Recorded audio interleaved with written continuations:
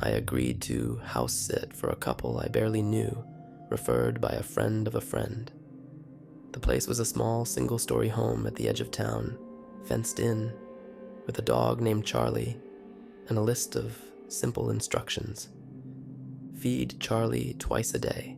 Water the plants near the kitchen window. Check the mailbox. They'd be gone for a week. The first 2 nights were uneventful. I worked remotely during the day and watched old movies in the evening.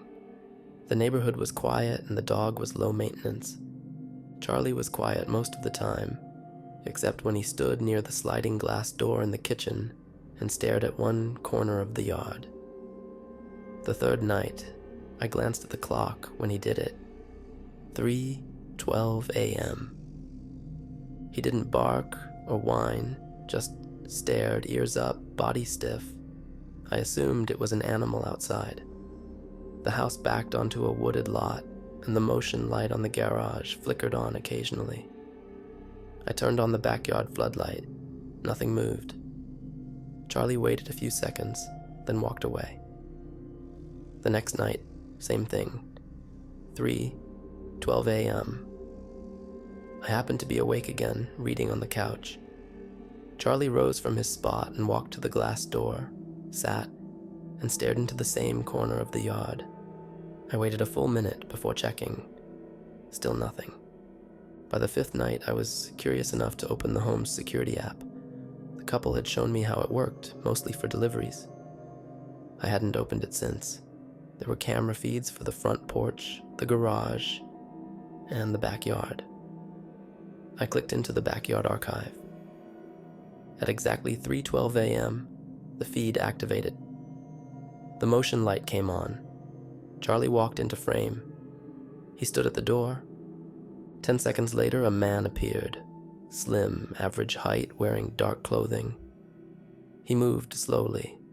He didn't look at the camera, didn't knock. Just walked up to the sliding door and paused. His hand lifted, hovered, touched the handle gently. Then he turned and walked away. I rewound to the previous night. Same time, same man. This time he stood closer. He placed something on the ground near the door, a small, unmarked object, then picked it back up and left. I checked the night before that. Identical. Each time his behavior slightly shifted. A new movement, a longer pause. His face remained turned away from the camera. No identifiable details. There had been no sign of forced entry, no tampering with the locks. I hadn't heard anything unusual during the nights, just Charlie's focused posture at the door. That night, I slid the curtain shut over the glass door before going to bed. I didn't turn off the lights in the kitchen. I left a broom against the handle and placed a drinking glass on top of the curtain rod so any movement would knock it loose. 3:12 a.m. Charlie stood, same spot. Silent. I stayed in bed, listening. No sound, no knock. The curtain didn't move. The glass didn't fall. At sunrise, I checked the app again. The camera feed still showed recordings. I scrubbed to 3:12 a.m. The man was back, same clothes. This time he stood farther from the door, just barely in the frame. He remained motionless for nearly 3 minutes, then turned and walked away. I left a message for the homeowners, told them the dog had been alert at night and asked if they had noticed anything unusual on the security system. I didn't mention the specifics. They replied later in the evening. They said they'd never installed a camera facing the backyard door, only the front porch and garage. I opened the app again. The backyard feed was gone. No recordings, no archive. The camera wasn't listed. I went outside to check for physical cameras. The only ones I could see were pointed at the driveway and the porch. I walked around to the backyard. The grass near the sliding door was flattened in a small arc. There were faint shoe prints in the dirt leading toward the tree line. I followed them for about 20 meters. They stopped near a pile of cut branches. Hidden beneath, I found a trail cam. I took it inside and connected it to my laptop using a cable from the junk drawer. The memory card held 8 video files. Each one showed the man approaching the house from the woods. Each one time-stamped at exactly 3:12 a.m. Each one showed him looking directly at the sliding door, as if he was watching me. I didn't sleep that night. Charlie paced the house. He stopped at the door again, same time. I kept the lights off and stood by the hallway. I didn't breathe loudly. No curtain, no noise. Just waiting. The motion light outside flicked on. Charlie froze. A shadow moved across the fence line, then stopped. No knock, no attempt at entry. Just a silhouette standing still. Minutes passed. Then it was gone. The next morning, I packed. I left a note for the homeowners and texted my friend that something had come up. I gave Charlie a treat, locked every door, and drove out of town. 3 days later, I got a call. The homeowners had returned. They wanted to know why the trail cam was sitting on their kitchen table. They said they had never owned one. I told them to call the police if anything unusual happened. They didn't reply. A week later, I checked the security app again. My access had been revoked.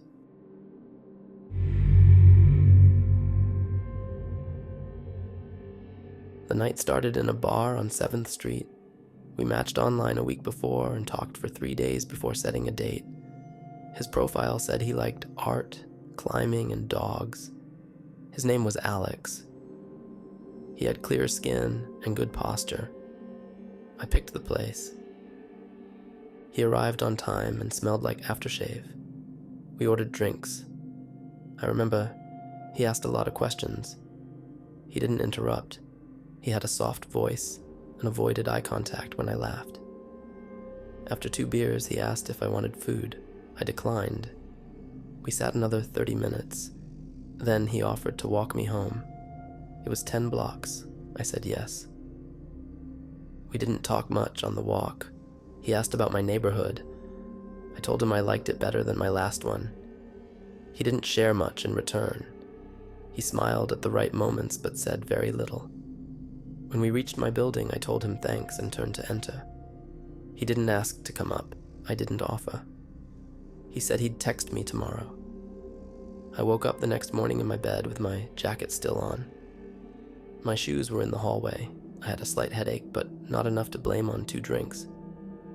My bag was on the floor, everything inside. I showered, made coffee, opened Instagram, no messages, no texts.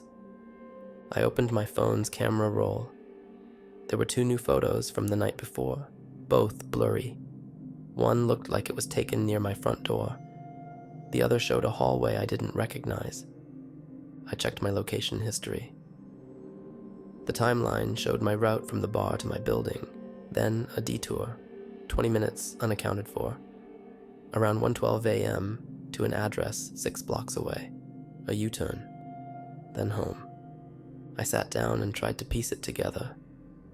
My last clear memory was hugging Alex goodbye. I didn't remember unlocking my door. I didn't remember lying down. I checked the building's entrance camera. It stores 24 hours of motion-triggered clips.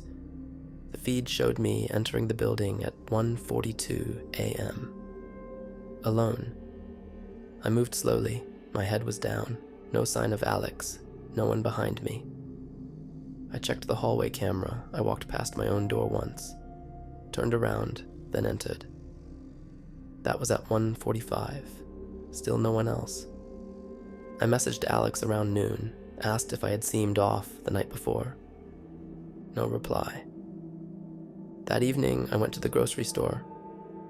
On the way back, I passed a small alley that connects my block to a service road. A man stood near the dumpster.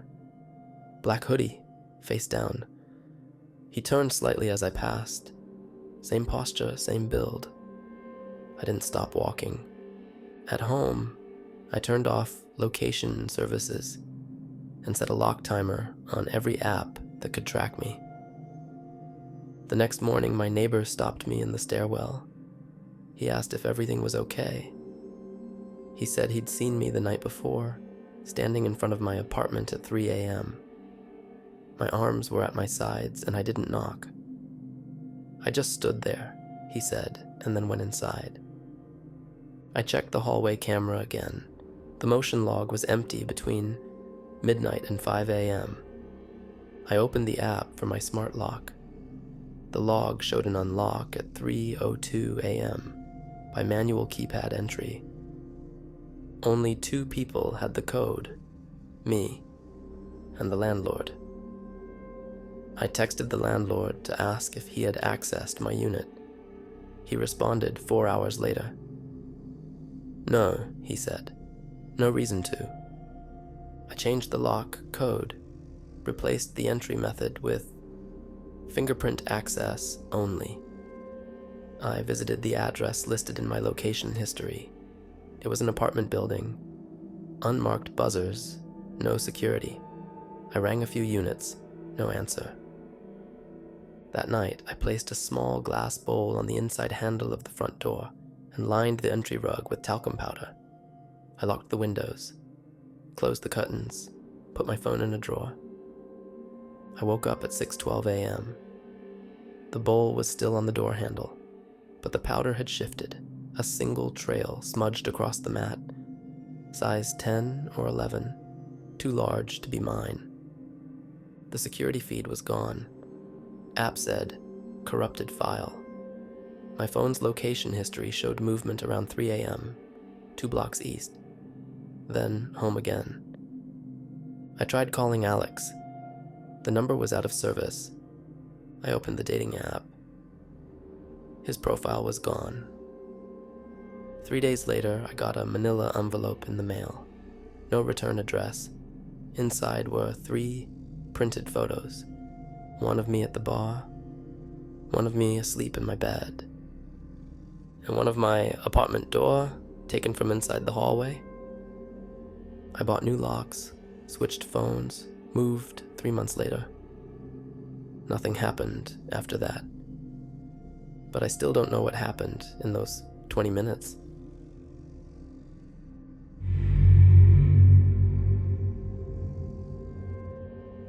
The man at my door wore a fluorescent vest, a gray hoodie underneath, and held a clipboard. He said he was from the electric company, doing a routine neighborhood inspection due to recent reports of power fluctuations. His ID badge swung from a lanyard, but I couldn't read it through the intercom screen. The van behind him was white and unmarked. I hadn't experienced any issues, but he didn't ask to come in. He just wanted access to the exterior fuse box. I told him it was on the side of the house. He nodded and stepped off the porch. I watched from the living room window as he walked around to the side yard. He crouched in front of the panel, scribbled something on the clipboard, then stood there longer than necessary. A few minutes passed before he walked back toward the street and drove off without speaking to me again. I watched the van disappear down the road. The next morning, I called the electric company. They had no records of inspections, no contractors assigned to my area. I described the man and his clothing. The woman on the line asked if I had taken a photo. I hadn't. She recommended I notify the police if anything seemed suspicious. That afternoon, I checked the fuse box. The screws weren't fully tightened, and the panel hung slightly ajar.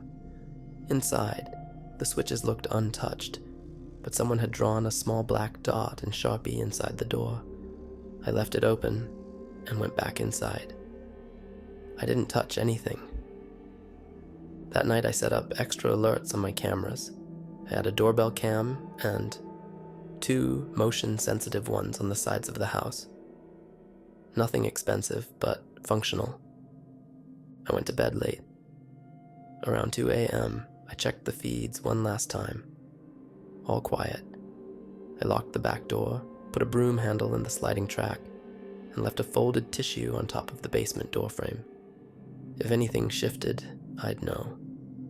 At 7:40 a.m., I woke up and checked everything in reverse. The broom was still in place. The back door was locked, but the tissue on the basement frame was gone. The door was still locked, no scratches or marks on the knob. I checked the side camera. The timeline jumped. No footage between 2:57 and 3:06. Just a clean gap. I called a locksmith and asked to have every lock in the house replaced. While removing the cylinder on the back door, the locksmith turned it toward the light. A thin mark spiraled along the edge. "Someone's picked this before," he said. "Not recently, but it's been opened without a key." He replaced the mechanism and added a second interior lock on the basement door at my request. I spent the next evening on the couch with the hallway light on. I muted the television and kept my phone open to the camera app. No movement, no alarms. At 3:11 a.m., Peter, my neighbor's cat who sometimes wandered into my yard, darted past the back window and out of sight. 10 seconds later, the side camera alert triggered. I checked the footage. The screen showed the back fence for 3 seconds. Then the video glitched and skipped forward exactly 5 minutes. The next morning, my mailbox contained a flyer for a home security service. No name, no logo. Just a picture of a man standing in front of a suburban house. He wore a fluorescent vest, a clipboard under his arm. In the window behind him, a faint reflection. My own face. Same haircut, same sweater I wore 2 days before. I went inside and scanned the flyer for fingerprints using a method I'd seen online. Fine powder, a flashlight. Nothing visible. I burned it in the sink. I called the police again, gave them the flyer. They took another report, told me to call if I noticed anything else. That night, I put a piece of tape over the light switch in the garage. I wedged a folded receipt between the top corner of the window in the laundry room. In the morning, the tape was gone. The receipt had fallen to the floor. No sign of a break-in. The garage was locked. The window wasn't open, but the motion sensor light had recorded a single activation at 3:04 a.m. I checked the camera logs again. The side feed was missing. I drove to a hardware store 20 minutes away and bought 2 more cameras. Battery-powered, local storage only. I mounted one inside the attic crawl space, facing the hatch. I put the other under the sink, pointing toward the kitchen window. That night, I went to bed, fully dressed with my phone charging next to me and a portable light in my hand. The next day, I checked the attic footage. Nothing moved, but the camera had shut off at 2:59 and resumed at 3:18. The one under the sink had recorded everything. The window stayed closed, but in the corner of the frame, a small object moved slightly between 3:02 and 3:05. A piece of cloth, looked like part of a sleeve. I took the memory card to a tech repair store and had the footage enhanced. The resolution didn't improve much, but the shape became clearer. It was a forearm resting on the windowsill. The fingers never moved. I asked the technician if the footage had been tampered with. He said the timestamps were intact, no edits. That evening I received a package, no return address. Inside was a used electric meter, disconnected and dusty, with a sticker still attached. The label said, "Inspected, do not reinstall." I never asked for one. I left it on the porch and called the police. They came, took it, logged the call. Later that week, the electric company left a voicemail. A representative wanted to follow up about my recent inquiry. He said they had no record of any visits, but a technician had flagged my meter as recently replaced. I walked outside. The meter was new, The casing was unmarked, no indication of who installed it.